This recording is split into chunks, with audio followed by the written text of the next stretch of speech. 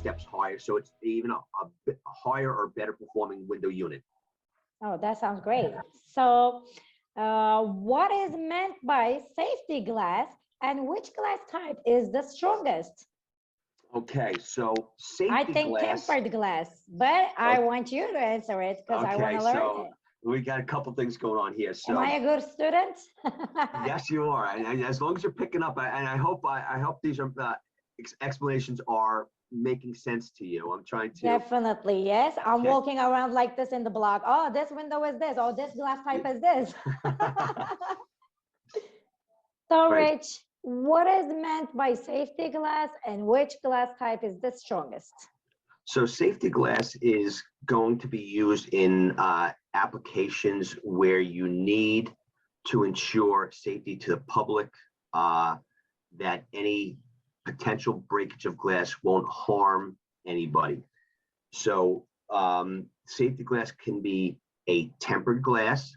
So when it breaks, like we just spoke about earlier, it will break into little pebbles.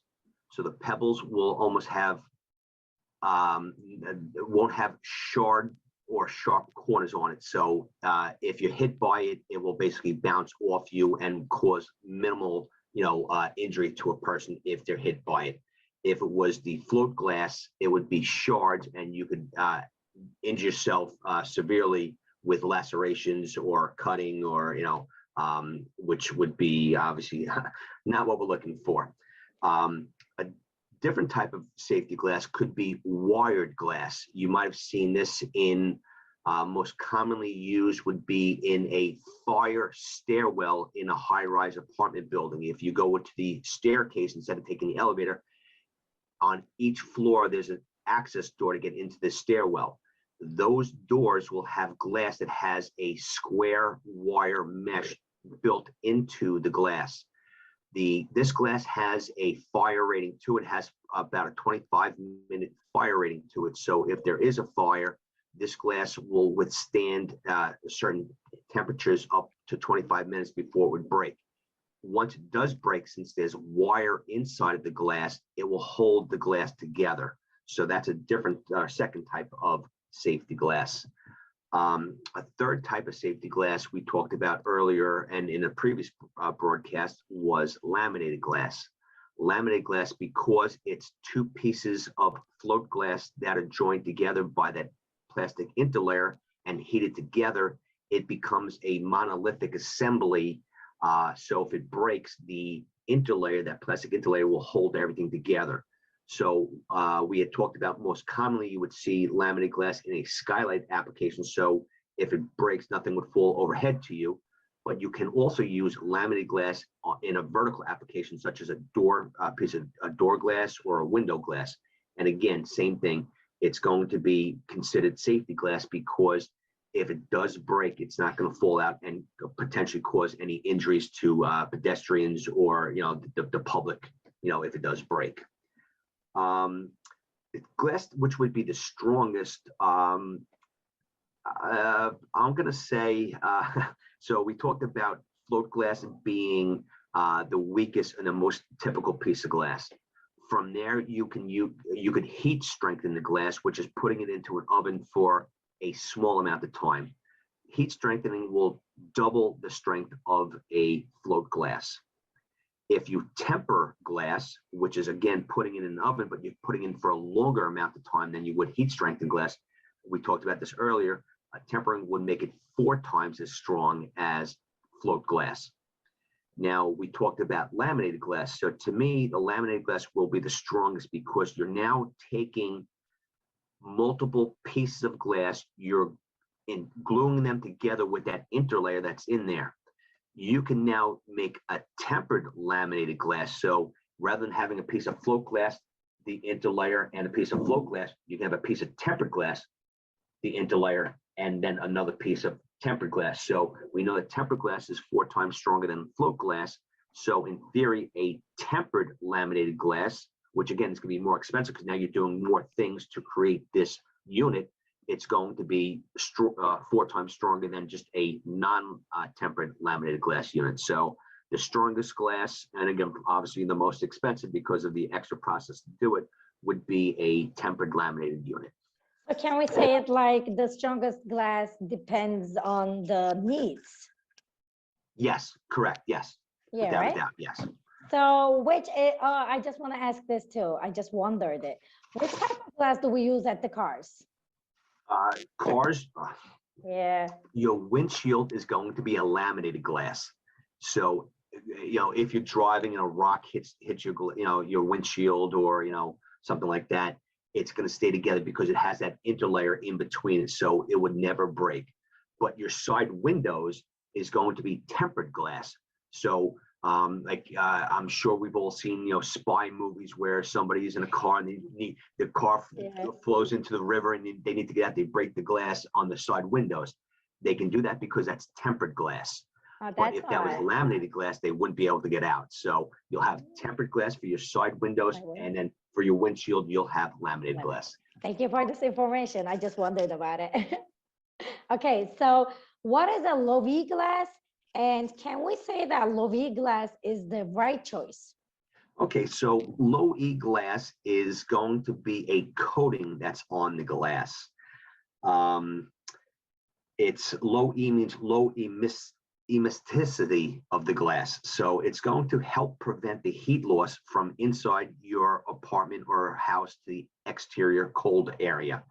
That sounds great. Yeah, so basically, again, this would be an add to a window or an IGU assembly when you add LowE to it, because again, you're adding a new feature onto your glass. So by adding this feature on, and there's multiple different vendors that make the LowE coating, and there's multiple different types of LowE. And again, it will have a rating to it. So the rating of the LowE will allow how much sunlight can come into your apartment or house, how much the coating will keep and retain heat on the inside. So it's going to be like an extra layer of protection. So when we talked about an insulated unit where you have either the air or the argon gas in between, on the inner face that faces the air or the argon, that's where you'd have the LowE coating.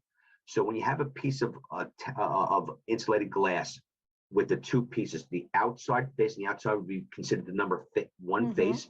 The inside is the number two face. You have your airspace in between. Your number three faces the airspace, and your number four faces your inside of your building or your apartment. So you would have the LowE coating either on the number two or the number three.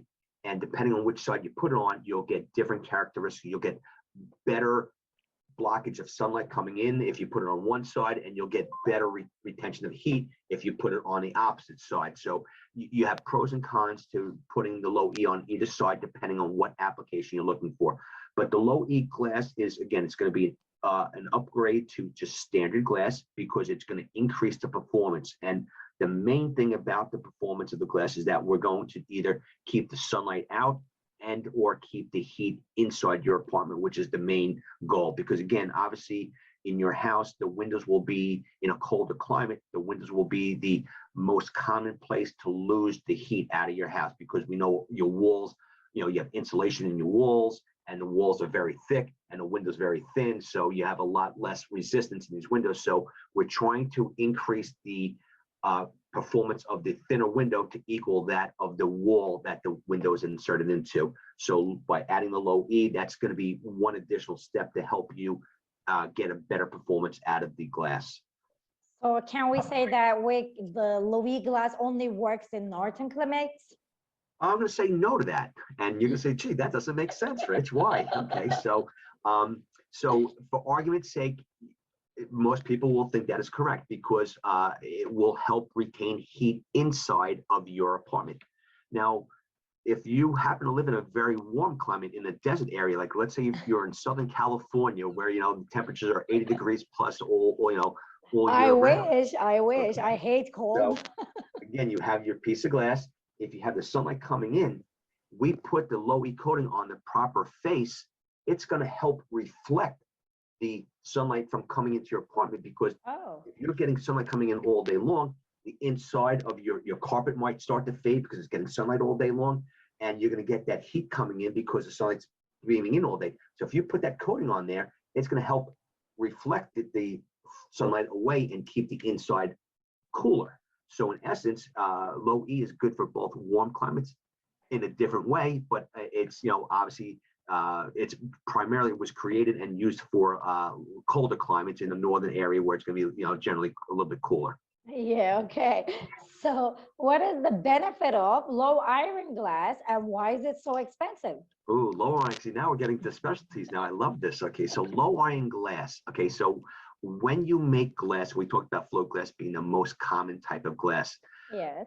The glass has iron in it. So if you take a piece of glass, and I wish I had a sample here for you. No, I wish too. If you have the next session, I'll have a piece of glass so we can show you. And don't forget it. I really wonder about it. I have this here. So if you have a piece of glass and let's say it's 6 millimeters thick, so you have the thickness, you have an outside face and an inside face, and then you have the thickness of glass.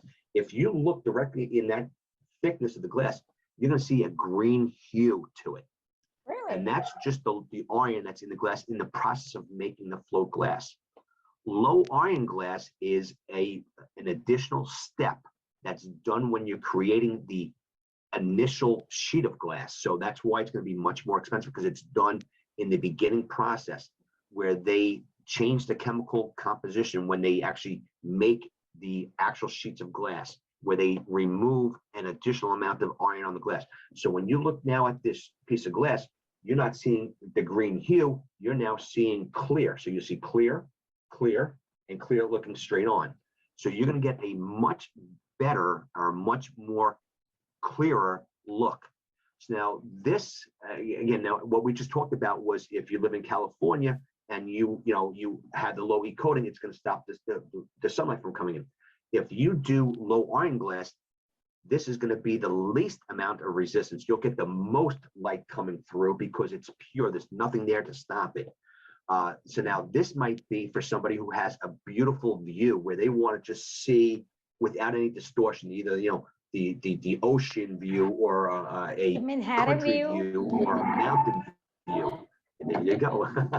So it's going to be much more it's going to be much more clear, little distortion, no shades, no hues. So it's going to be, you're going to literally see the same vibrant colors that are outside from inside because nothing is distorting your view. So because it's done in the initial phase of when you're actually creating and making the glass sheets, that's why it's so expensive. Okay, so I don't have to use a low iron glass because I don't have a good view. Okay. Correct, yes. So I don't have to give too much money. Yes. Okay, so what is wired glass and where do we use wired glass? Right, so we briefly spoke about wired glass when we talked about safety glass. So wired glass, at least in the United States, back in the 70s, it was considered a fire-rated safety glass.